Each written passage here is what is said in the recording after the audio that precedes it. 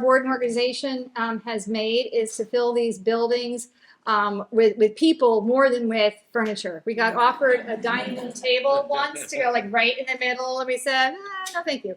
But this is really what we're about is programming, education. So again, welcome. My name is Suzanne Clary. I'm the president of the board.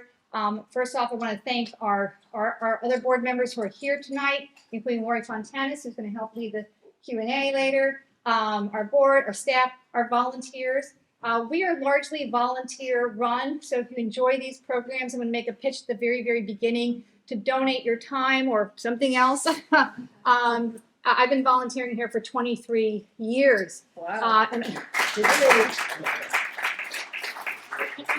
I'm really hoping somebody beats my record. But I want to share a quote with you that resonated with me when I first started volunteering here, and you'll start to see a thread with a lot of our programs.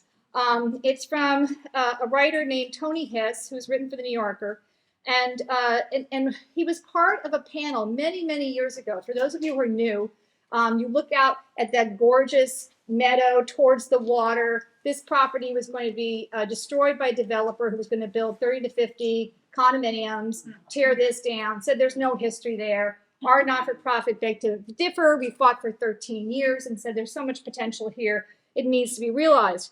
And in the course of that, we brought academics, scholars, people to come to a consensus of, okay, we save it, but then what? All right. And so I love this quote by Tony Hiss. He said his hope was that we could become a national focal point for a continuing conversation about the two greatest pieces of unfinished American business, race and land, meaning how we treat each other and how we treat the rest of God's creation.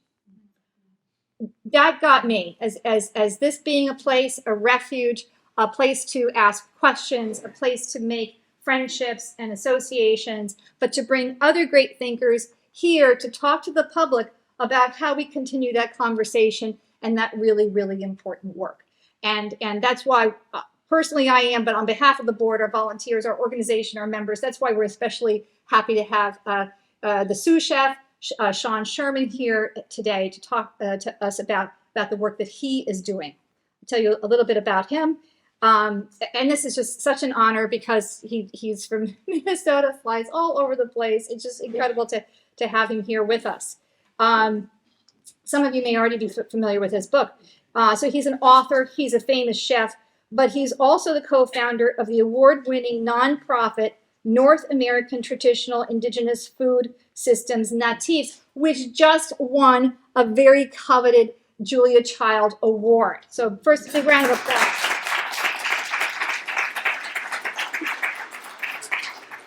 He's won a Julia Child Award himself too, and also a James Beard Award. But I think, especially as Lori, you and I work on behalf of an organization, to do that to create an organization like that is just, mind blowing. It's just incredible.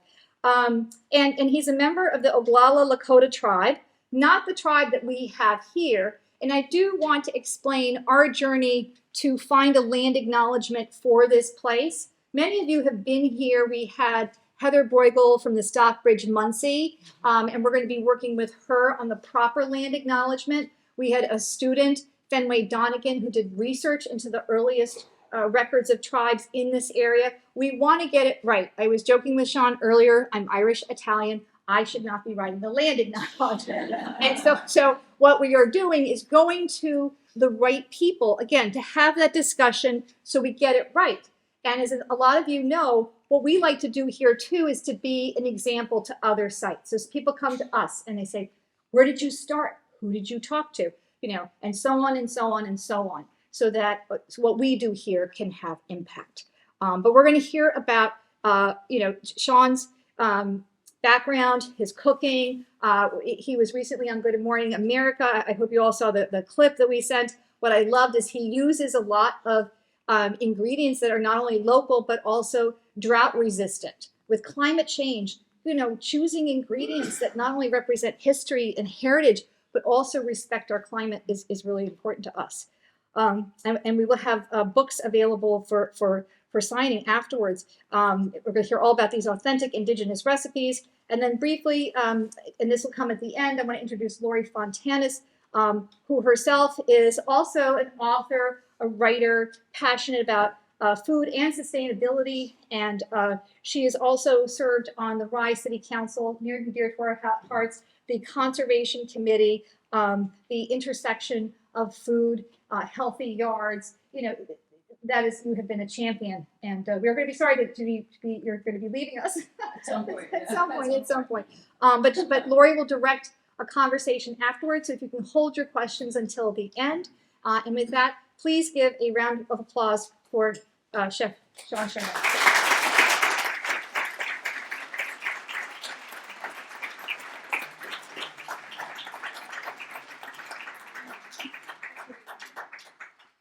All right, well, welcome. I know there's a couple of people still coming in a little bit, but thank you guys for coming to listen. I'm from Pine Ridge, South Dakota, which is the third largest reservation in the United States. We currently live in Minneapolis, Minnesota. Can you guys hear me okay in the back? All right, just double checking. I'll do my best to carry my voice. If you don't hear something, raise your hand or something, I don't know. But anyways, I do this talk quite a bit, so I wanted to give you guys this presentation. So I've traveled fairly extensively over the past few years. I started the company in 2014 officially, but it had come from quite a few years of research at that point.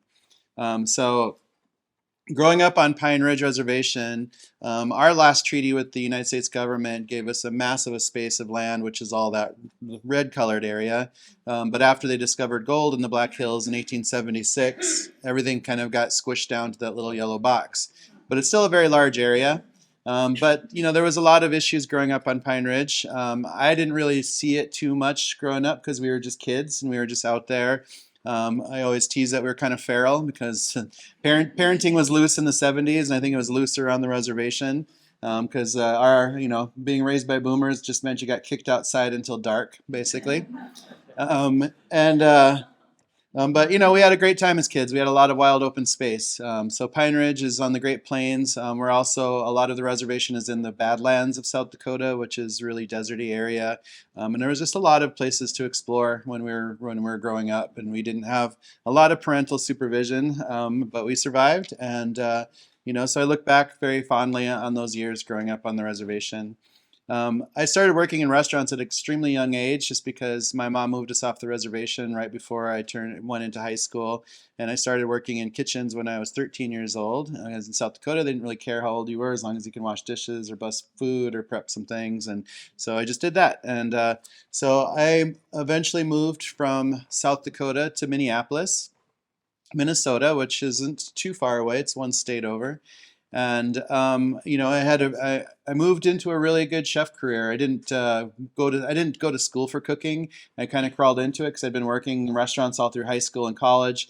And then I just kind of moved my way up rather quickly. I moved to Minneapolis with the intention of going to art school, but once I got there, I realized I did not have the financial means to get into art school. So I continued to work restaurants, and I found art through food. I found that I could do really interesting dinners, I could tell stories through plates, and I could utilize food as another form of art and even a language, which is something that I've continued to do over time. So for me, like a lot of people working in the culinary industry, a lot of our background is really focused, a lot of the history of food was really focused on French cuisine primarily. So you learn a lot of French culinary terms growing up in the food industry and a lot of Eurocentric kind of viewpoints on culinary. So I learned a lot of that, and I also learned food from different parts of the world. And I got lucky because my work, I got into farm to table right away when it was still kind of new back in the early 2000s. And we just learned how to reach out directly to growers around us and work with producers nearby and try to keep those food dollars amongst our own local community. And just being really creative with what was around us, you know, to eventually cutting out big box trucks completely and just playing with that style. And then a few years into my chef career is when I kind of had the epiphany of doing what I'm doing today, because I just realized the complete absence of indigenous anything in the culinary world. There were no native restaurants. There was very few cookbooks on the topic. There weren't any famous native chefs as far as I could tell. And all these things, that was just the way it was, you know. And Minneapolis is a nice little city. Just like most cities, there's a lot of culture mixed there. You can find food from all over the world, but you just couldn't find food from the land that we're standing on, which is really typical. I mean, it's still just that way in big cities all over America. Take Manhattan, for example, same situation. You can find some of the best restaurants in the world and food from literally all over the world, just not food that represents the land spaces that you're standing on. So there's a lot of work and change that has to happen, and I became really passionate about trying to showcase and be an advocate to introducing indigenous foods, because everywhere we should have indigenous foods. So it took a lot to understand indigenous foods, because I couldn't just go online and order Joy of Native American Cooking, because that just didn't exist at all. And I knew that I knew what I was looking for. I knew that that the food around us, it wasn't what I had to grow up with. It wasn't native foods. I knew that we had a lot of stuff out there, and I really wanted to understand. So I started talking to some of the elders in my community. I started reading a lot of books on ethnobotanicals. I started going outside a lot more, and really trying to connect with the nature around me. I had moved from Minneapolis to a small town on the Pacific coast of Mexico for about a year. And then I moved from there to Montana when I started actively doing a lot of this and just being outside and being closer to nature. Luckily for me, right out of high school, I took a job with U.S. Forest Service, and the job forced me to learn the names of all the plants and trees in the northern Black Hills. And that botanical knowledge and education really helped me out later, of just knowing there was so much plant diversity out there that's completely underutilized, because the Western diet's rarely touched a lot of the natural botanicals that exist around us, And there's so much plant diversity that we should be thinking about when it comes to North America. And there's so much regional, amazing diversity everywhere. And I think that understanding indigenous food systems helps us see a lot of that amazing diversity, and just showcasing how different region can be. So it's been a journey. And so I moved back from Montana to Minnesota. I don't remember, 2011 or 12 or something like that. 11, I think, and started actively working towards doing some of these dinners. So I started putting on pop-up dinners, and just trying to see what would happen. I started off very small. And I remember some of the first dinners were just like an Anishinaabe taste of spring. Anishinaabe is one of the indigenous communities in Minnesota. They're Ojibwe or Chippewa, as you might know them, but Anishinaabe is the word they use for themselves. So we were up in northern Minnesota, where a lot of Anishinaabe had settled quite a few years, quite a few centuries back. But just practicing, like, what would it be like, and creating a philosophy around indigenous foods, and some of the philosophy was just removing colonial ingredients, so taking away things that were introduced to the land space, taking away things like dairy and wheat flour and cane sugar and beef and pork and chicken, because all those things didn't exist on these land spaces not that long ago. And I really wanted to showcase, like, what would an indigenous pantry look like, and what would recipes from an indigenous pantry look like. And I wasn't trying to cook like it was 1491. I was trying to showcase what was possible moving forward.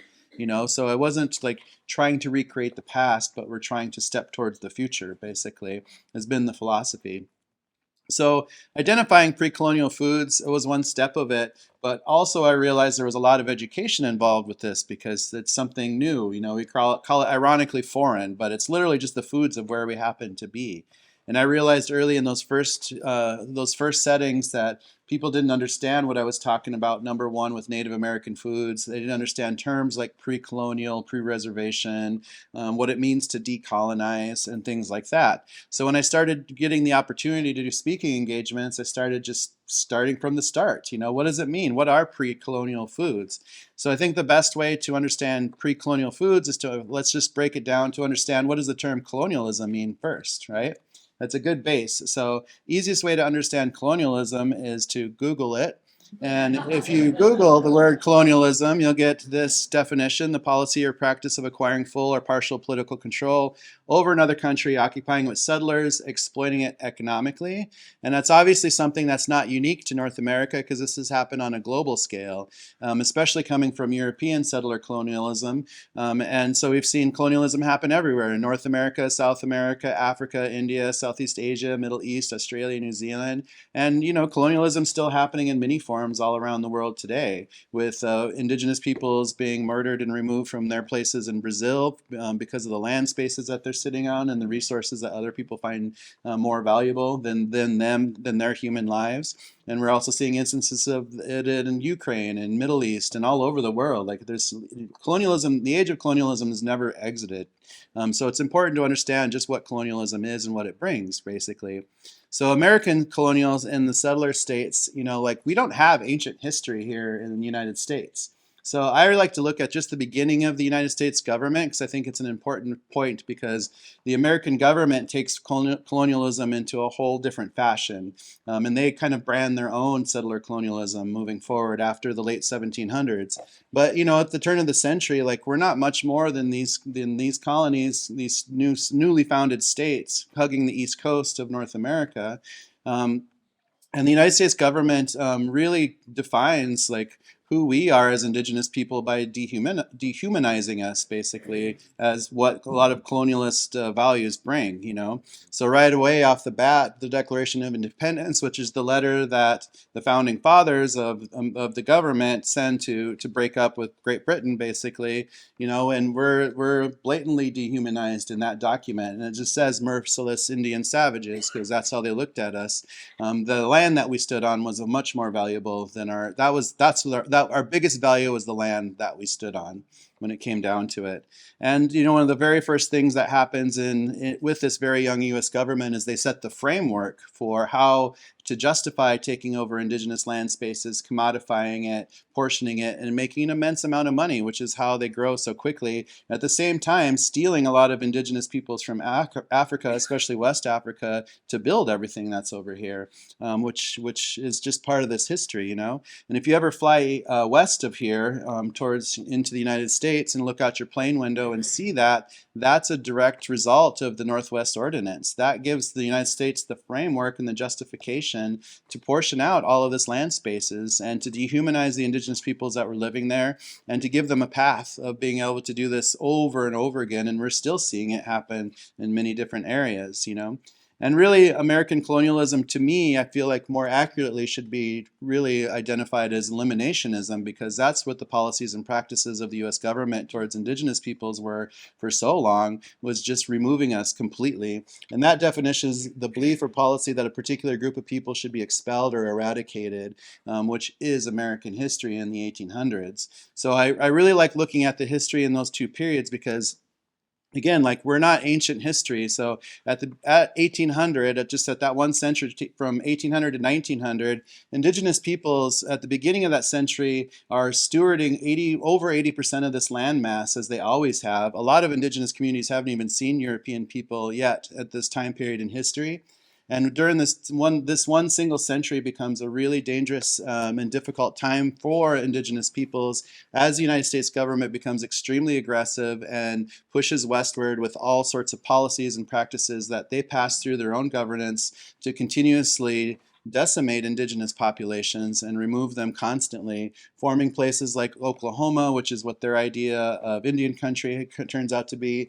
The state of California wipes out almost over 95% of its indigenous population in 2 decades, between 1850 and 1870. They do a census in 1873, and there's less than 14,000 indigenous people left alive in the state of California, after there have been hundreds of thousands of them at the turn of that century.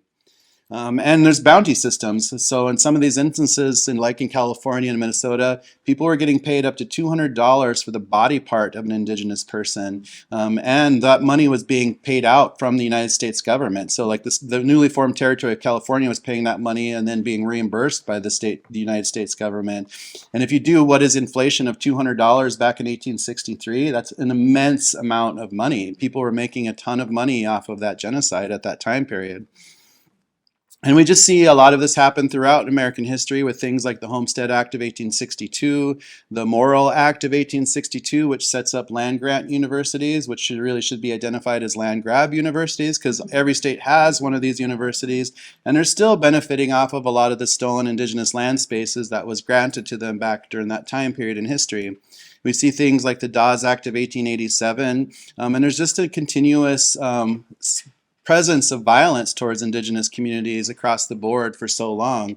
This is a poster that was put up in Denver, Colorado in 1863, right before the Sand Creek Massacre, which is a really horrific event, and saying things like the company will be entitled to all horses and plunder taken from the Indians. And this situation is normalized during those time periods of history. So there was a lot of aggressive and violent actions against indigenous peoples. Many of them, most people don't even know about these histories, particularly because they're not talked about, you know. And we're living in a weird age where people are erasing these histories again for the sake of comfort. During this time period, we see an immense loss of food access for our indigenous communities out there as they're being pushed into reservation systems or wiped off the map. There was a documentary just out recently from Ken Burns on the American bison, American buffalo. And it takes, you know, but this history is out there in the books. Like, it's really powerful to know that the demise of this particular animal was intentional, especially coming from the U.S. government, with one of the main intentions of weakening the indigenous communities out in the West, like where my family comes from. And you can dig through a lot of these historical pieces and find instances of this focus, you know. Kill every buffalo you can. Every buffalo dead is an Indian gone. You know, quotes Lieutenant Colonel Richard Irving Dodge, 1867. What's most damaging for us as indigenous peoples, and one of the reasons why we don't have Native American restaurants in every single city, is because of the loss of our own education systems when it comes down to it. So if you take the time to identify what is indigenous education, that would have been countless generations of knowledge that should have been orally handed down generation after generation, giving us everything we need to learn, every tool and lesson that we need to do to live sustainably with the world around us, and all the traditions that get passed down upon us. So this is just my grandparents' generation when this happens, because as Lakota, we were still battling the U.S. government until 1890, which is when the first Wounded Knee Massacre happens, after a Chief Bigfoot's crew camp tries to come back to Pine Ridge after living in Canada with Sitting Bull for a few years and trying to make their way home. And just 20 miles short of being home in Pine Ridge, they're massacred at the Wounded Knee Massacre, which was a space that was right next to where I grew up, and we could see the hill from where I lived, and it was a constant reminder. So my grandparents' generation should have been downloading those countless generations of knowledge and education, and instead we're going through intense assimilation. So here in America, we set up the boarding school systems for the indigenous communities at this time period to erase basically what it meant to be Indian, to be indigenous, for whichever way we were, and we're all placed into one group, even though we have so much amazing diversity. Like this picture in Carlisle, Pennsylvania, at the Carlisle, Pennsylvania Indian School, which is now a war college. You know, this picture of children, they're coming from so many different communities and tribes all over the United States, speaking so many different languages with different beliefs and everything, and so much traditions that they could be sharing. But instead, this is a military-run school at this time. This is a state-sponsored military-run school, and it's a really harsh environment. These kids are subject to all sorts of domestic abuse, violence, sexual abuse, death. You know, there's a massive graveyard at Carlisle Indian School that's filled with all of these young children, and they had to move the graveyard and shrink it because it was taking up too much space for that space there. So they shrunk it to a third of the size, and they messed up a lot of the bodies, which is so disrespectful, you know. And these boarding schools happen to pop up all over the United States. Deb Holland released a study a couple of years ago that took a couple of years to even put together, and they're still uncovering the trauma that these schools happen to give. These pop up in the territories at the time, which is Hawaii and Alaska, and of course all over Canada in the form of residential schools, but basically the same program. And you know, it's just a really intense, traumatic time period. And if anybody's read the news in the past few years, they've been searching the grounds of some of those residential schools in Canada and finding hundreds of bodies just around one school, you know, and they've uncovered thousands of bodies within just a handful of schools over these past few years. And we haven't even begun to do that work here in America as of yet. because these kids are just being forced to learn a different religion, learn everything differently. Because this was a military-run school in Carlisle when I visited, they said that if the kids were caught speaking or singing in their own languages, that one of the actions against those children and punishments was they would force them to brush their teeth with pumice stone for upwards to 5 minutes. Because this was really, because we were dehumanized, and it was okay. And Carlisle Indian School at the time period had the most advanced medical equipment in the entire United States at that time period, because they were doing medical studies on these kids at the same time. Because the person who sets up, his name is Richard Pratt, he believed in phrenology, and he was trying to prove it as a scientific situation by using these young children as guinea pigs, basically. What is phrenology? Lumps on your head, and he was trying to prove white supremacy. So let's look at the 1900s. So the 1900s, the Indigenous experience from 1900 to basically now. We're not officially citizens until 1924, and then in that same time period, the United States government realized they didn't have any legislation to really identify us as we became citizens. So they passed the Racial Integrity Act, which is really interesting history lessons, but that's a whole different story. But you should read about it if you're curious, because it's kind of messed up. We go through a couple of decades of relocation and termination where they're pulling a lot of people's tribal acknowledgments from them, so taking away their federal statuses, which was another land grab whole situation which happens. And it also creates a lot of urban native populations in cities like Chicago, Minneapolis, Oakland, Denver, which a lot of they're trying to get people to move to the cities. But during this time period, the United States is still extremely racist, and a lot of native populations coming from very rural reservation life couldn't find jobs, and they create whole other struggles in those urban communities. We go through almost 2 full decades of Indian adoption era, almost 3 actually, from 1941 to 1967, called the Indian adoption era. And the statistic is 1 out of 3 Native children were taken from their homes and put into non-Native families. A lot of that was happening right at the hospital, where the mothers would have no rights. The mothers were still being sterilized at this time period too, and injected with weird drugs, which I don't know a lot about, but it's part of the history that was there.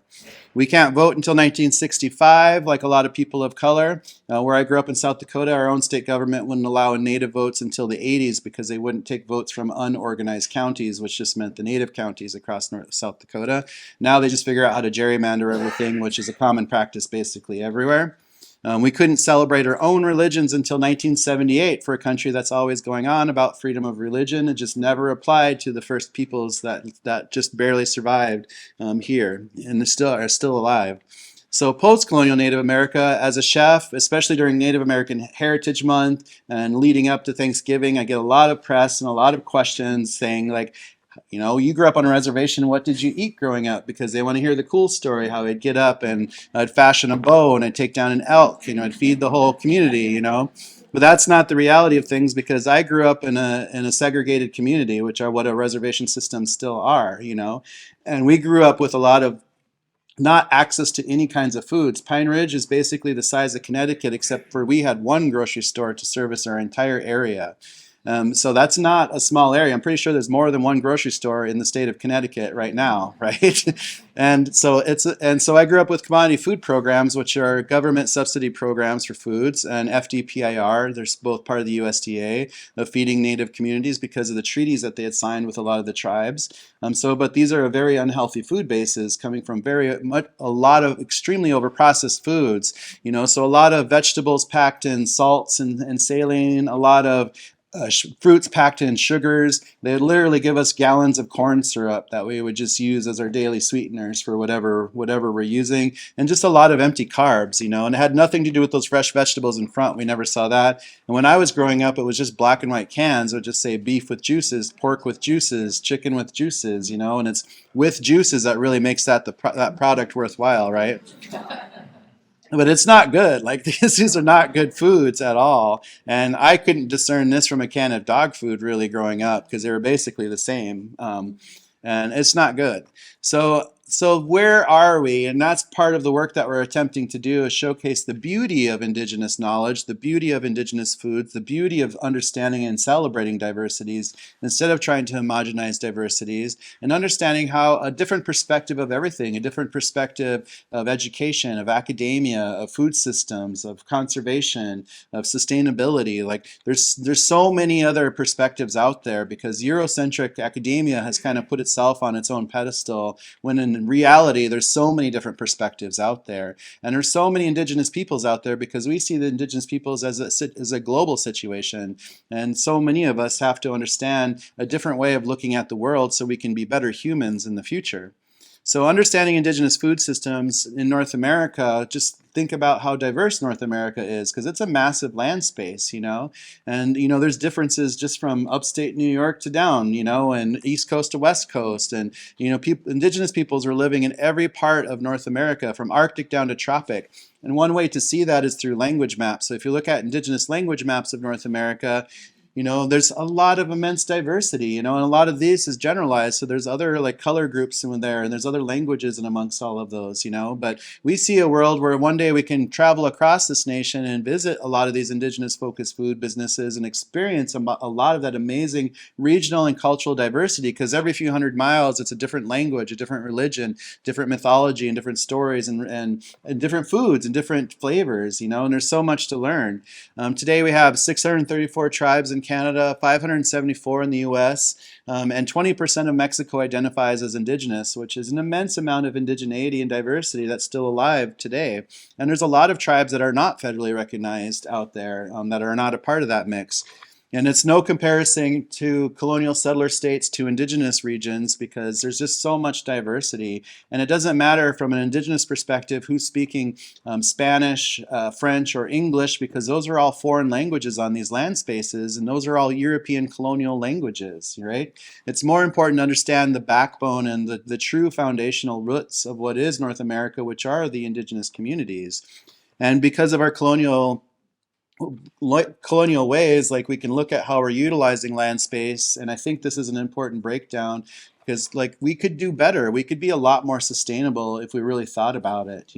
There's a lot of diversity to understand when it comes to how we eat, how we can utilize land space, and how we can protect ourselves for the future.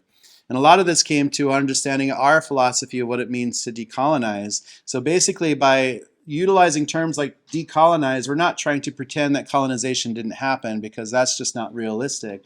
It's more at looking at the values of what colonization brought compared to values of what indigenous communities had, right?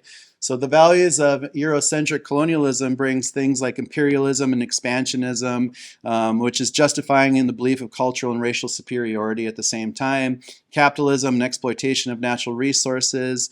So that's the pursuit of wealth through exploitation of natural resources and indigenous labor. Individualism, which we're all guilty of, because that's how colonialism happens. It puts a lot of focus on the individual instead of the community. So a lot of us haven't even met our own neighbors, for example, when it comes down to it. Hierarchical structures, and so many of us, especially people of color, are looked at as inferior, and it also works that way with finance too. Like people who have more capital are deemed more important when it comes down to it. Cultural assimilation of forcing the indigenous populations into a different belief that's set and that's made the most important by the whoever's in charge at the time. Scientific rationalism, by just utilizing its own like sense of academia to name everything and to be the sense of everything, when again, like there's so many other perspectives out there. And just the idea of land ownership, which really is what settler colonialism brings the most of, is putting value on these land spaces over humans when it comes down to it. Whereas indigenous values of communities is communalism, sustainability and stewardship, reciprocity and sharing, of just being able to, everybody should have access to food and whatever they need to survive. A lot of oral tradition education that passes down so much preservation of history, order, knowledge, and teachings through these storytellings. Holistic beliefs and respect for elders, of just having a understanding that everything is connected and we're all a part of everything, and equitable and consensus-based decision making of really pulling people together to use a community as a whole to make a decision instead of picking very few people to do that. And the entire United States government is really based off of a lot of the democratic systems that the indigenous communities here in this particular part of the world were utilizing before that becomes a thing. I mean, just community-based food systems of everybody chipping in with the food systems, everybody working hard for food, right? So as we're moving forward, we're just trying to identify that Indigenous education and make it known, because when we're talking about Indigenous education, it's all of these pieces: wild foods, permaculture, agriculture, seed saving, seasonal lifestyles, ethno-oceanography, hunting, fishing, butchery. Sorry, I'm gonna go backwards. Whole animal butchery, mycology, salt, sugar, fat productions, crafting, land stewardship, cooking techniques, metallurgy, history, star knowledge, traditional medicines, food preservation, fermentation, nutrition, health, spirituality, gender roles, and so much more. There's so much more that falls under Indigenous focused education. So let's just look at the foods for a little bit. So native proteins, I feel like proteins are the easiest one because literally anything moving can be game, you know. And we cut out beef, pork, and chicken because those were introduced species and they weren't from here. They've been here a while now, of course, but we cut them out as a statement just because there's a lot of amazing diversity out there, right? And so we might learn in schools how the Native Americans would utilize all parts of the bison, but that's just a lesson in resourcefulness, because we didn't have the privilege to be wasteful. And we had countless generations of knowledge giving us the tools to be resourceful, of knowing what to do with the byproducts of everything, whether it's animal or plant. And we just figured out how to utilize all that stuff, because today we just make so much trash all the time. We literally buy something and throw it away moments later, and all we do is create trash because of our consumerism. It's a constant, you know. And we shouldn't be afraid of animals if it's not a pig, a cow, or a chicken, because there's so many more proteins out there all across North America. And it's important to see that. And even the use of insects. Like I put insects on the menu at our restaurant in Minneapolis, which we'll talk about later. But we probably sell about 15 pounds of crickets a week, which is a lot of crickets because they don't weigh that much, you know. But people are willing to try them if we just put them and present them, and we can make things taste good. Chefs can do that, and anybody can do that, you know, so it's fun. That's fine. So, but what really helped me with my connection to my ancestry was just really connecting with the plant knowledge, you know, so that ethnobotanical focus, that knowledge of plants, and creating a relationship with the plant world around us is so important, you know. I always tease that our kids can name more of the Kardashians' ex-boyfriends than they can tree species, because we're not teaching the right things, you know. We need a better education system in America, and we need to be teaching things that are really important, like how to live with the world around us and how to protect the world around us, how to protect our natural resources. Because if you open up your eyes and just stop calling everything you don't know what it is a weed, because that literally means you don't know what it is, but start to take the time to learn the language, the names of all these, and take it further, learn the native names of these plants in the soil where you're standing too. Because there's so much amazing food and flavor out there, and as humans, like, we need basic building blocks to survive, which is what all indigenous communities had figured out. Because we need to get energy from something, it needs to be typically carbohydrates or fats, right? And depending on where we were, so this is a prairie turnip that my tribe utilized a lot, called timsala. We called it timsala, but it's an amazing tuber that grows all over the Great Plains. When you have things like the camas root in the Pacific Northwest and California regions, we have the true wild rice, which grows in the Great Lakes, and it's such a unique piece. It's not like that black wild rice you find in the grocery stores at all. This stuff there's a lot of diversity of this, and it's an amazing carbohydrate, you know. And just that knowledge of water plants in general, because people on the coastal areas, the indigenous communities, had so much generational knowledge to know what to do with everything, including the plants and animals in the ocean. And they had been utilizing everything that's out there for different purposes, for food, for medicine. And that's how we should be looking at the plant world. We should be asking ourselves, is this plant food? Is it medicine? Can we craft with it? What is our relationship with this plant? You know, because that's what the indigenous values it gave. And now we have a lot more different kinds of plant species than we did 100 years ago, let alone 200 years ago. But we should be looking at the world through an indigenous lens and understanding how can we be utilizing a lot more of these invasive species that are out there and eating those, because most of them are edible when it comes down to it. Or if we're in desert regions where all the plants look like they want to hurt you and maim you. We should be the indigenous peoples that live there. It's almost silly to use a term food desert, because the indigenous peoples in the desert saw nothing but food around them, because they had a different perspective of what they saw when they looked out on the landscapes. Agriculture is a big part of our work and study too, because there's so much amazing agriculture in North America. We're taught that this is kind of the epitome of where we are with agriculture, but we're damaging. This is really damaging, and I think a lot of us already know this, because like, what's going to happen after we microdose glyphosate for the glyphosate for the next 20 couple of decades or whatever. Like, it's not going to be pretty, because that stuff's really dangerous, and we should be worried if we seeing titles of like what happens if we find glyphosate in our Cheerios. Like, we should be worried because you can't get away from the stuff. It's in everything in the middle of your grocery stores, and we should be understanding how indigenous communities had amazing agriculture experiences. They basically set the tone, right?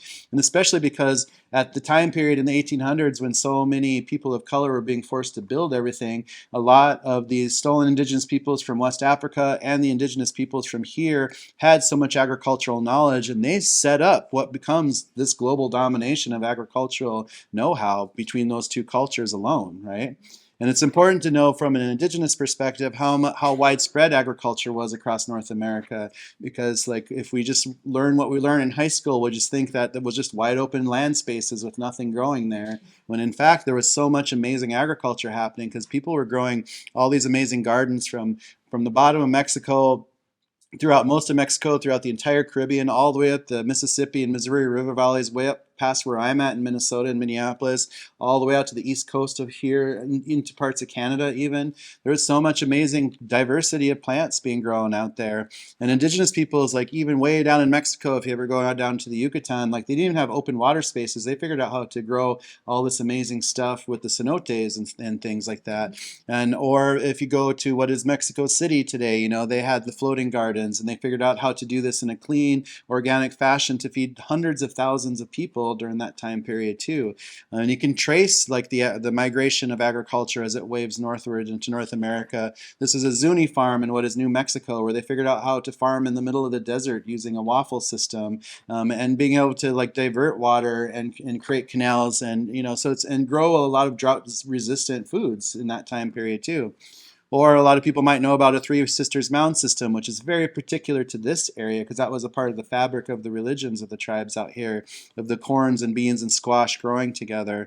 There's a really wonderful book out there called Buffalo Bird Woman's Garden, which she's a Hidatsa woman from North Dakota, and she writes her memories of being a Hidatsa farmer and how they did everything before European influence. And just all the amazing varietals of things they were growing in their community. And they're using a row system, but growing the same things that they were way deep in Mexico, tens of thousands of years before them even, and still today, obviously. But, she's using a buffalo shoulder bone hoe, and they use antler rakes, and they have all these amazing things. So it's a really cool book to find. But we should be protecting this diversity, this biodiversity.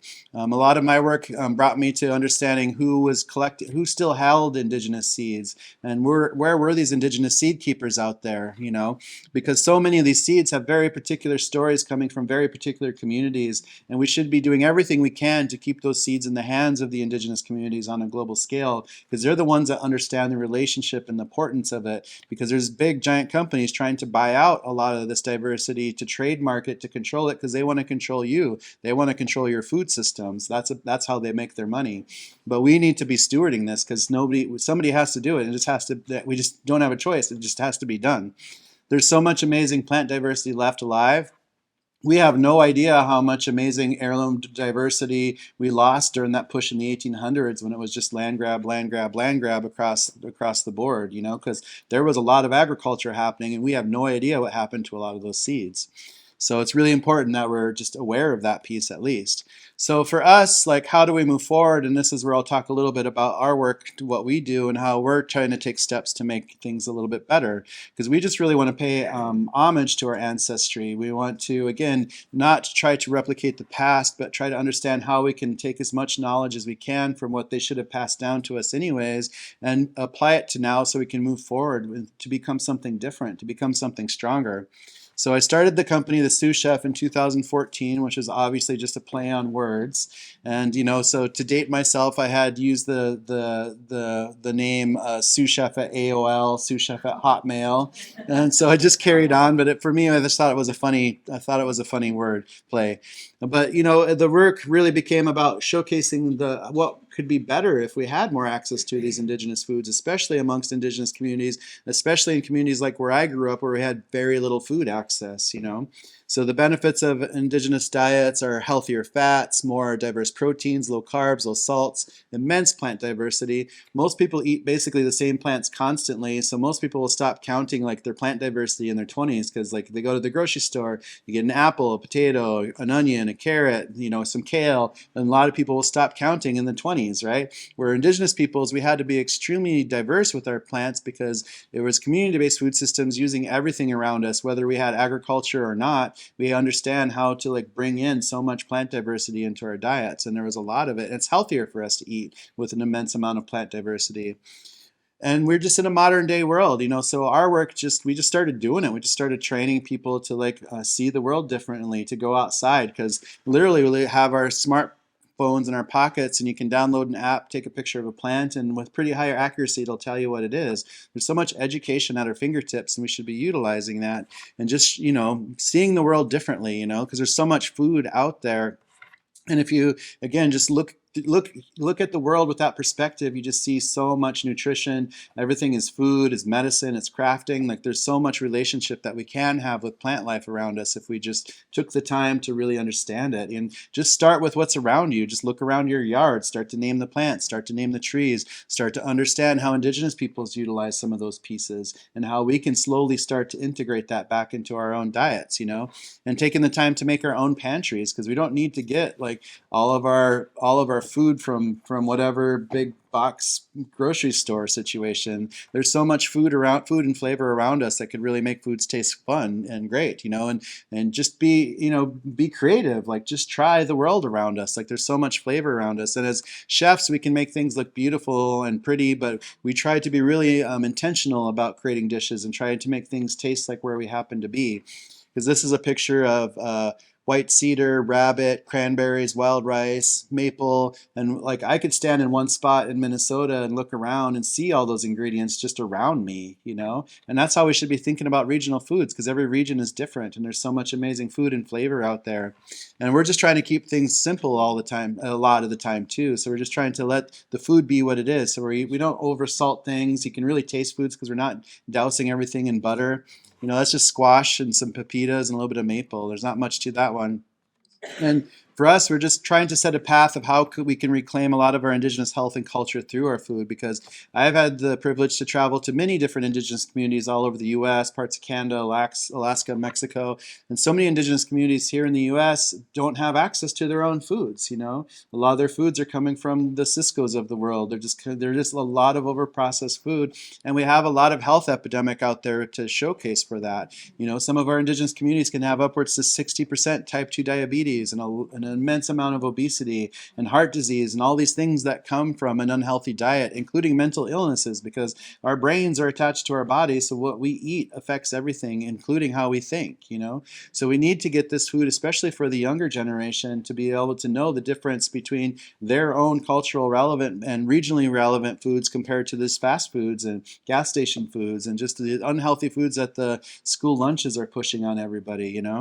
So that's a big part of this work, is working towards indigenous food sovereignty, because we need healthy food access, cultural food producers, regional food systems, control of food systems, access to indigenous education, and environmental protections. So our work, part of this is helping with indigenous food business development. So our nonprofit, which is called NATIFS, which is the acronym North American Traditional Indigenous Food Systems, we're really trying to focus on just a few different things. So we're trying to elevate indigenous foods and education for health, for wellness, for access, for preservation, and we're doing that through an entity we created called Indigenous Food Lab, which we have open in Minneapolis. Our two main pillars are just creating access to Indigenous foods and creating access to Indigenous education, which are two of the main things that the United States government took from us in the 1800s during that big push. So we're trying to use those two fronts to put that back to strengthen us again.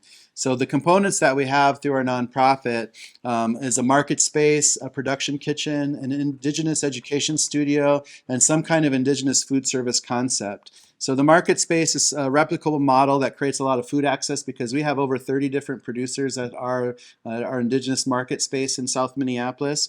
And we're just helping to raise a lot of the demands because we have a lot of purchasing power and we're buying a lot of food directly from Indigenous producers locally and regionally and nationally. And we're actually utilizing some systems to help develop more of those pieces. So we're helping to develop entrepreneurs, helping to erase some of the hurdles that they're having. And we even have our licensing to be a micro to medium-sized co-packer because we want to see more products get there on the market. We just finished a pilot project by creating an Indigenous baby food with a local Indigenous nonprofit in Minnesota where they grew out a bunch of heirloom squash and we were able to process and package everything for them into a really wonderful and extremely healthy nutritional food product, for the community. So it's something that we're going to grow outwards, and I'll talk about that in a little bit, but our priority is just purchasing from Indigenous food producers locally first and then nationally.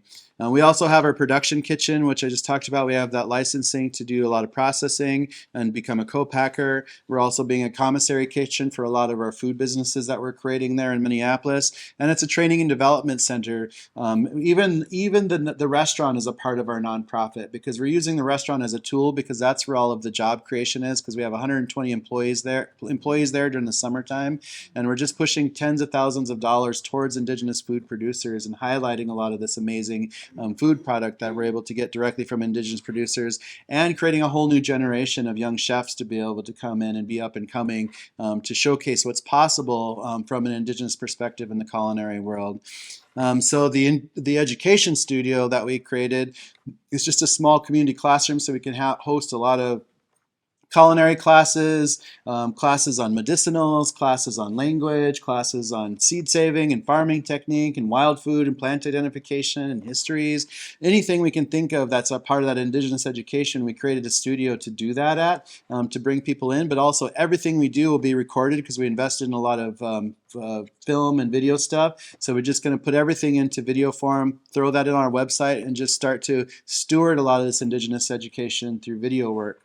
Because it's going to be really important to really create a lot more classrooms for our local communities, but also make sure that people everywhere have access to it. And I think video storytelling is really important for that, and just creating a different viewpoint of education moving forward, especially from this Indigenous perspective. Our Indigenous food service concepts, which is like what we have in Minnesota because we have the restaurant Awamni. And when I was writing out the 501c3 application, I had to argue with the IRS because they said you can't have a restaurant as part of a nonprofit. And I would say, why? And they would say, because restaurants make money. And I would say, no, they don't, which is fact. And I said they all should be considered nonprofits moving forward. So they eventually gave me my way because I said I want to use it as an on-the-job training center because that's how I learned. I didn't go to school for cooking. I just got thrown into the kitchen with a knife and an apron and just figured it out, and that's a really important way to learn sometimes. And so we have, again, like 120 employees and 70% of our staff identifies as Indigenous. And it feels really good that we're creating a whole new generation of skilled people in the culinary world with something different. And that's what the restaurant Awamni is. So Awamni won Best New Restaurant by the James Beard Award last year in the entire United States, which is a huge award, Thanks.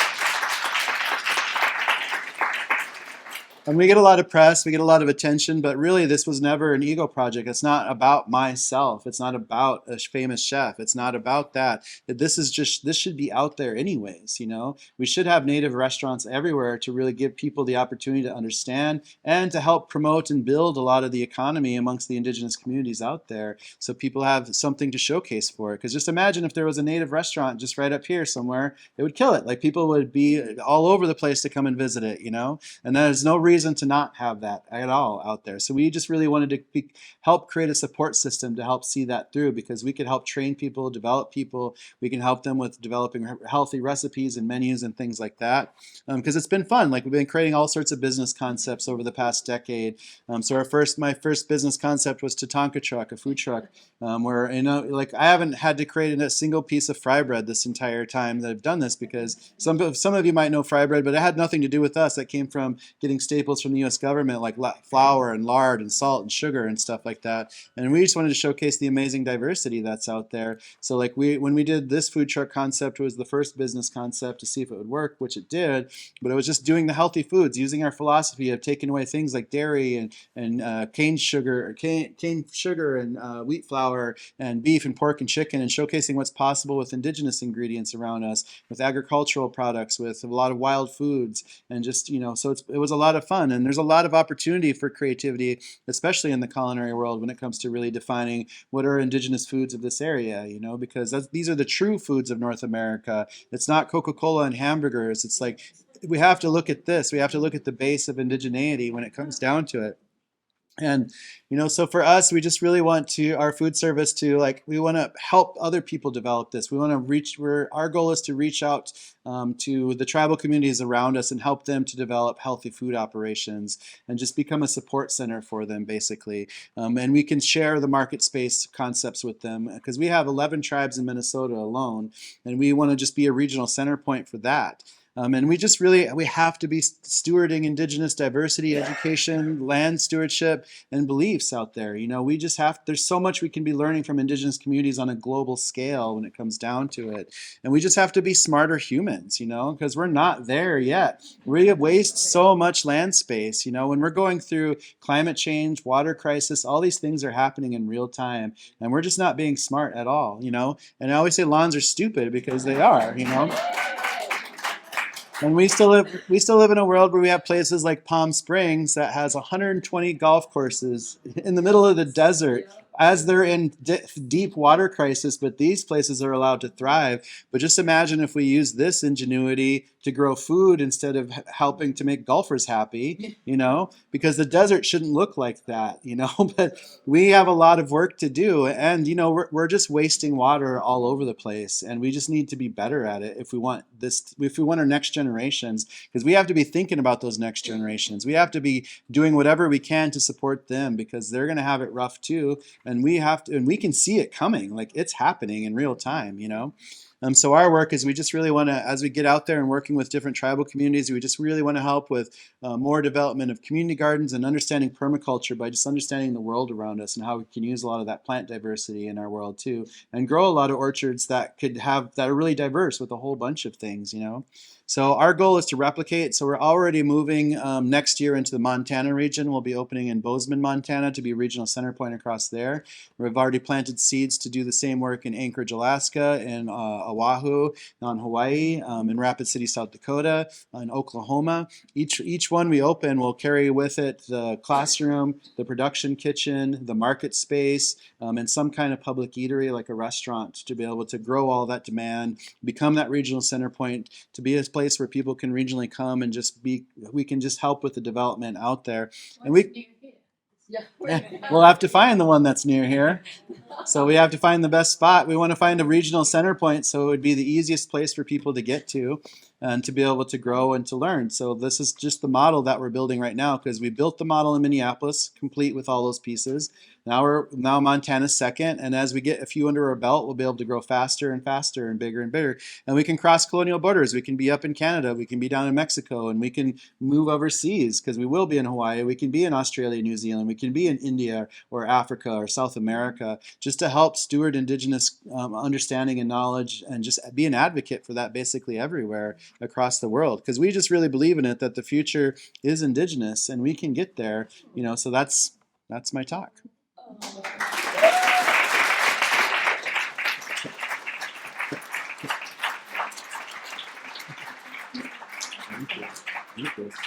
So we have some time for a little Q&A. I know I went a little bit long, but I don't think anybody's too antsy right now. Yeah, then just so you know, I know this was like supposed to be a conversation. There's nothing I could have said that would have touched anything like this. Is amazing. Gentleman, right here. Yeah, Yes. I've, I've never heard anyone cite a Native American document, and I was wondering, did the Indians have a written language? There was some that did have written languages, yes. Not everybody had written languages, which is well known, but there's definitely a few that were kind of spotted all over the place a little bit because the Anishinaabe had forms. There was written forms here. Obviously, the Mayans and the Nahuatl had a lot of written languages. You know, the Mayans had like About the American Indians. I know, but we look at, because again, like we look at the indigeneity, so like our focus on North America looks at Mexico through Alaska, because the colonial borders don't really matter. Like Mexico doesn't really become Mexico until 1854 anyways, because those borders crossed us, right? So we just look at indigeneity across the board, but there were written languages here on the East Coast, yes, into the Great Lakes. Some we found all the way into the West Coast, but definitely the further south you go, there's so many cultures out there, and parts of California too. How would the So, what? recipes propagate? Is it just by word of mouth? Or? Yeah, a lot of it was oral, so a lot of education was passed down orally, and so but because we went through those intense times of assimilation, a lot of our cultures were disrupted, and a lot of our education systems were disrupted for anybody of color in the United States in general, because we lost so much connection to our own ancestry. But that's what we're doing. What's part of why we're doing what we're doing is to reconnect that knowledge and to re-understand it and reclaim it moving forward. Right here? You. Yes. Could you describe some of your best-selling dishes? Like, what do they consist of? So we've been changing the menu seasonally. So we change with like the solstice and equinoxes basically. So it gives us a quarter of a year to kind of go through a whole new menu concept. So right now, I think we make a lot of nixtamalized corn at our food lab, which we process into masa, turn into tortillas. So we sell a lot of tacos a lot of times, like bison, elk, venison, rabbit, things like that. And a lot of our food is plant-based in general. One of the staples that's been on for forever is just these roasted sweet potatoes with this maple chili crisp. That's just a really beautiful dish. But our menu at Awamni is built for sharing, so I wouldn't say tapas, but it's kind of a little bit like that. You can order a whole bunch of different plates to share with your table, just so people can experience a lot of just the creativity that the culinary team is coming up with. Yeah. I was looking at the video that they sent with this thing, and you were describing like using cedar. Yep. And I'm like, okay, I'm not gonna find that one in my local grocery store. No, but you'll find it probably right outside your grocery store. Right. You can ask them to buy it, or you can just grab some. That's where I'm asking this. Like, I'm sitting there, I'm like, okay, what do you like? I look at it and I'm like, okay, how do I make sure that this is safe to eat? That it's like, how do I use it? Yeah. How do you bridge to teach? Like you said in your talk, we want to teach people this. I'm like, how do you teach people this if you don't like you said all those different things with corn, but I imagine like corn, some of it is great to ground up, some of it is not. Yep. You know, So flint corns, dent corns, flour corns. Yeah. So my question is, how do you get this knowledge out there of how to use it? Because like you give me cedar, I'm like, I don't know how to cook with this. Yeah, and that's part of our purpose of using videos, because I feel like in America our attention spans are getting really short. Right now it's about 30 seconds maximum, right? If you're watching TikToks. But like we can do a lot in those 30 seconds. We can do some educational snippets. We can teach people like this is what white cedar looks like. This is how we use it, because we've made a lot of teas. Like at our food truck, we only had white cedar and maple tea, and that was our main thing. And there's very little food costs on that because it all came from outside, basically, you know. But there's it's an education situation, because I can hand somebody a couple pounds of dried corn and a lot of people wouldn't know what to do with it, you know. So that's why education is a huge part of it. So we could, and if we had a better education system, then we would learn what to do with a lot of this plant diversity. But that's why we're just going to start putting that curriculum out there. We're just going to start creating it, because we're not going to wait on the government to do it. So you have these videos online? We're just starting at this winter, so we're gonna start flooding our website this winter with all sorts of videos on wild foods and utilizing heirloom varietals, cooking with game, whatever it might be. You know, we're just gonna start making a ton of videos. Yeah. So stay tuned. Yeah. Pam. Have you thought about, or are you working with companies like Whole Foods to get into their stores foods that are indigenous produced? Not with Whole Foods at this moment.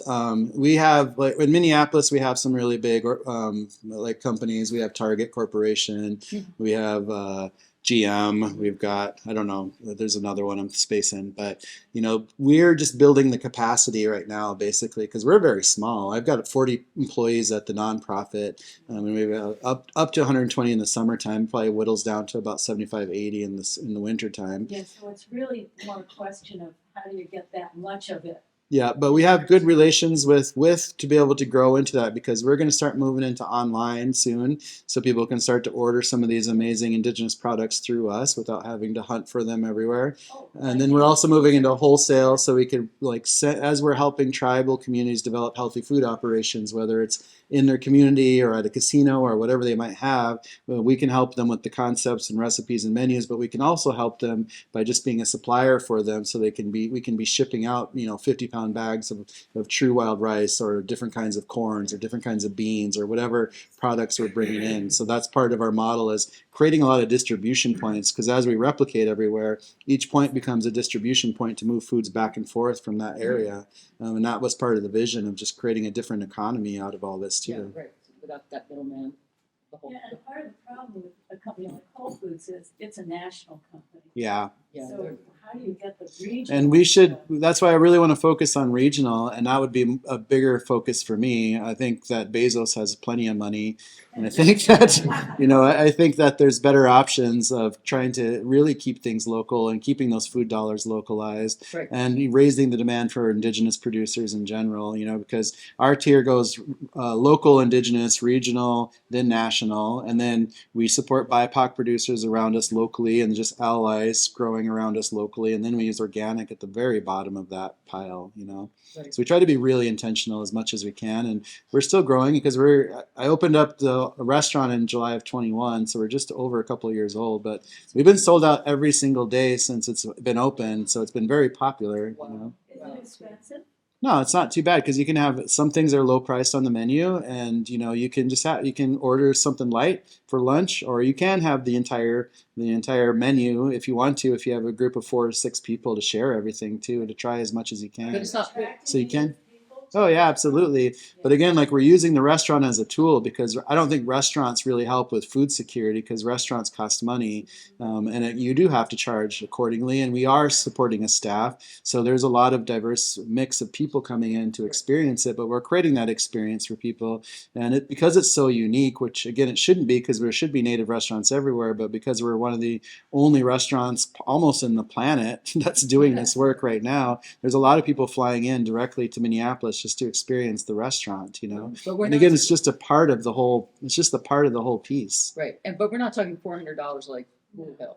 No, not per person. Okay. No. Right. It's more like, I yeah, want to make that distinction. exactly. You can get this amazing, unique You can make- experience exactly. for a much more affordable price. Absolutely. Yeah. And because a lot of this is through our nonprofit, we could create a lot of just kind of creative discount programming and make the food more accessible, especially in the market spaces. Because if we get some of these foods directly in the communities, we can't have them super high marked up because it's a specialty ingredient. We need to make it accessible for the community that it's going into. So we're Pioneer. we're doing our best. Yeah. And yeah, he's not just growing food; he's growing the distribution system too. Right? Yeah, I The have to, marketing because it doesn't system. exist. All of it from scratch. Yes. I think you may have said this, but in Montana, is that going to be the same model where you're training? And, Yep. And will you Yep, charge because it? we're working with Montana State University. We already have a building space. We have some money set aside for us, and so we're going to be hiring our manager, and this will be a lot of lessons for us of how we grow into this expansion phase. But we're fundraising a lot to make that happen. But once we're there, we'll have a space for bringing in a lot of these food products to wholesale out of there, to do a lot of the training and development, having that production kitchen to help see more indigenous food products get there on the market specifically for that region. There'll probably be a lot more game processing in Montana because it's very open there. And we just really want to see what we could do to be the biggest support for getting healthy indigenous foods directly into the tribal communities. Because I can't remember how many tribes are in Montana, but I want to say there's like 14 or something. There's quite a few. There's a lot of amazing things happening out there, and we're just trying to play our role. Can you do a couple more questions? Yeah, absolutely. Okay, all right, in the back, gentleman with the glasses? Right, with the, no, you, you're turn around. Yeah, your beard is black. Are there indigenous foods that you've had to scale up from sort of from foraged foods to some sort of production, like to larger scale production? And how do you, related to that, if you're decided on an ingredient you want to use, you have enough of it to be able to. Yep. So some of that is coming because as we're raising this demand, I'm working with two. Well, I'd say two nowadays. Two decent sized indigenous farms nearby us in Minneapolis. And every year, as this time of year especially, we start planning for the next season because we start saying like these plants worked out really well, these ones grew, because they'll start scaling their operations to be able to help support us because we're pushing as much as our money as we can through those local pieces first. So a lot of microgreens and flowers and different things like that. And of course, they have some diversified foods around them. Lots of like elderberry, chokecherry, chokeberry, raspberry, blackberry, all this, there's a lot of things that they're growing that we can utilize throughout the seasons too. A lot of the food is extremely seasonal, of course, because in Minnesota we have very distinct seasons, as you do, because we start with like we're just crawling into winter right now. We just had our first snow the other day, but like we have a very short growing season in Minnesota because like we'll kick off maple season around March, April, in that time period, and then then it's still cold for a little while, and then we'll finally have this great growing season which lasts till October basically, typically, and then we have about 20 months of winter there. In the back, all of in the back. Yes. I'm not familiar too much with the Farm Bill, but I'm curious if you have access to monies through that program and to help you expand much quickly within the different regions. So it is a farm bill year this year. It happens every 5 years. It's a massive legislation. It's not something you can just pick up and read, and most people don't read it. It's a monster. And within the indigenous support, it's like the smallest, minusculous little sliver that comes into that. But because it is a farm bill, we've been really trying to utilize our influence. So our state senator, we've been working really closely. Tina Smith is her name, because we feel like the Senate has a pretty good opportunity to actually get some changes in the Farm Bill. A lot of it's wording changes that we're just trying to tweak. We're trying to stay away from some of the hot topic pieces that become really divisive because of the political climate. But the House is a mess, and we can't really expect much to go from there. But they have to pass it no matter what. So we're just trying to get them to make some tweaks because that's the more important part for us, because there's just little hindrances of rule sets that make it difficult for us as indigenous communities to have access to our own foods. For example, up in Alaska, people can donate some game meat, like if they find a caribou on the roadside that's been killed, to an indigenous community, but they can't go out there and kill a caribou or even farm raise a caribou to be able to serve it to their community because of weird rules. But why does that make it safer if you have a caribou that's smashed by a semi compared to somebody who is harvesting it, and there's just movements of meats and wild foods and things like that. There's a lot of hindrances which was based on control. So a lot of these are old rules based on controlling indigenous communities of what they can and can't eat at the same time. So our hopes is that we can get that through. There are support dollars. There's a lot of money going into native agriculture out there. So we're seeing a lot of money, but we'll see which takes hold, because a lot of these are startups. A lot of this is just becoming, something. So we might not see much come out of it for another decade, but we're doing the best we can because we see the restaurants as a great tool to move a lot of food product through, to get money directly into the hands of growers right away, and to create that system immediately, at the same time attaching this education component to all of it. So I feel like we can do a lot of impact, but we do need governmental support. But government is so mercurial. Like, it can be, obviously could be a completely different climate next year, and we won't know until then. So it's just the way it is. One more? Right there. So I'm a parent of an 11-year-old and a 15-year-old. One of them would bring my toys to cook. Sometimes it's a disaster, sometimes it's not. But just in terms of education and sort of that next generation, if we have an educational component program for kids, for getting that next generation to be aware of foods and wanting to be in the kitchen. Yeah, and that's why we want to do these videos, because so much of the younger generation, they spend so much time watching videos, and we want to make sure there's a lot of educational components out there too, you know. And we feel like that could be really impactful by just putting out a lot of things for people to scroll and watch and finding a ton of videos for them. Because how many hours do we see kids wasting just doing this constantly, you know? So we want to try to use that for good, at least. If we're captivating their attention, then we might as well try to control what's on that feed a little bit. So to speak. Our hopes. Yeah. Yes. Yeah. One more? No, there's the gentleman here who's been waiting patiently. Well, okay. You, yes, you. Sorry. Mine's a more global question, I think. and Sure. I apologize for that. But, you know, I've been to Minnesota. I've also seen all the corn, Yeah. different kinds of corn you showed. Going from Minneapolis, St. Paul to Rochester, Minnesota is about a 3-hour drive. I did it during the night. On both sides of the road for 2 hours was corn. Sure. Yeah. Corn and combines at 10 o'clock at night reaping the corn. So I stopped to steal a ear of corn to see. And 1 ear. My wife said the same thing. But it was what I call cow corn. Sure. It was made for sugar, probably to feed the beef. Yeah, to make genetically our modified. cost of Yep. meat Yep. and meals Yep. are so cheap. Yep. But Yep. the problem after I looked into it, it's companies like Monsanto. Yep. They control the seeds. Farmers can't even They take control the seeds, they control the chemical, they control all of it. So what do we Cradle do? to grave.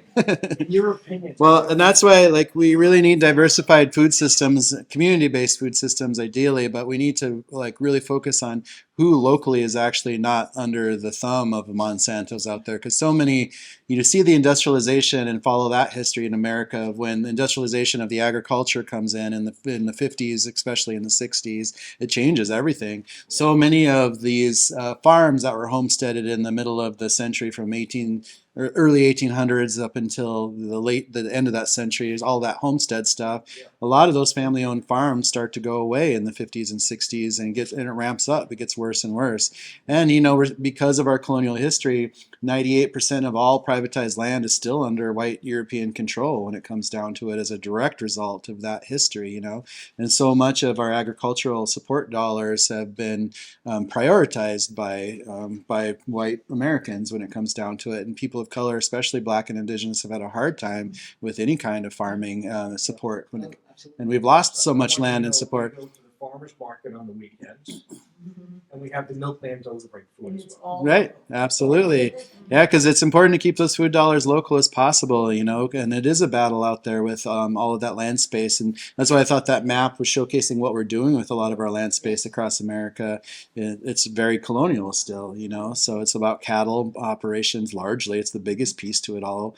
And we're creating a lot of deserts out there, you know, because the introduction of barbed wire fences, like just stymied the flow of humans and animals, which created a lot of healthy soils because those animals and humans moved a lot of seeds around, you know. But the disappearance of bison was like an environmental catastrophe. You can't take millions of animals off the face of the earth and expect something, you know, to not happen. And so it's just understanding the history of all of it, and how so much of this has been man-made, and how so much of this was directed at from the U.S. government, with not realizing the after effects, which is still part of colonialism, you know. System we live in. Yeah. Chef, thank you so much. All right.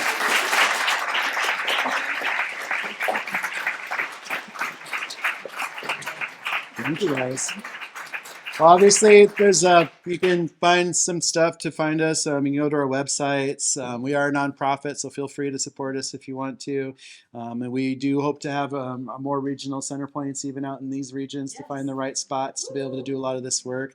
We're young, but we're growing quickly, and we have a big vision, but we see it. And I know that a lot of this work won't happen in my lifetime, and I'm fine with that. I'm just trying to set this up so I can hand it off, and the next generation can take this bigger and better than I ever could.